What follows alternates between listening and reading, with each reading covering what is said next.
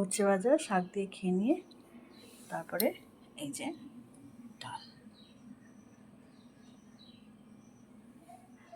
আজকে হলো 11 তারিখ, আর 11 তারিখের আমি ব্রেকফাস্টে কী খেলাম, লাঞ্চে কী রান্না করলাম, কী দিয়ে লাঞ্চ সারলাম, সেসবই তোমাদের সঙ্গে শেয়ার করবো বলে চলে এসেছি। তো দেখতেই পেলে সকালবেলা আজকে করেছিলাম গরম গরম রুটি, সঙ্গে একটা আম নিয়েছি আর একটু সুজি করেছিলাম। আর দুপুরবেলা লাঞ্চে ছিল গরম ভাত, কলমি শাক ভাজা, উচ্ছে ভাজা, ভেন্ডি ভাজা, আম দিয়ে টক ডাল, আর এদিকে স্যালাড। স্যালাডে রয়েছে শশা।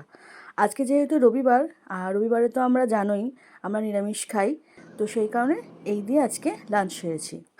আর এইসবের সাথে আমার বর একটু খেয়েছে আম দিয়ে, নারকেল দিয়ে, দুধ দিয়ে ভাত। সব কিছু খাওয়ার পর ওর খুব খেতে ইচ্ছা করেছে, ওর কিন্তু খুব সুগার, তো সুগারটা একটু কমের দিকে আছে, সেই কারণে ওর এইসব খেতে ইচ্ছা করেছে, তো ও খেয়েছে, ওকে আমি আর কিছু বলিনি। সুগারটা একটু কমের দিকে আছে।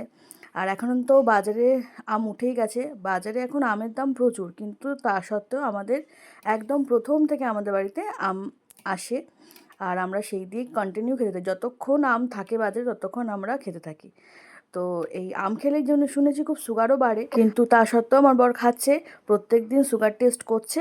আর তারপরে একটু কম থাকলেই বলছে আজকে আম দিয়ে ভাত দিয়ে খাবো, দুধ দিয়ে মেখে ও ভীষণ পছন্দ করে, সারা বছর এই অপেক্ষাতেই থাকে যে আগে তো কলাটা খেত, কলা দিয়ে মেখে খেত, এখন আর কলাটা খায় না, সেই কারণে নারকেলটা দিয়ে খায়।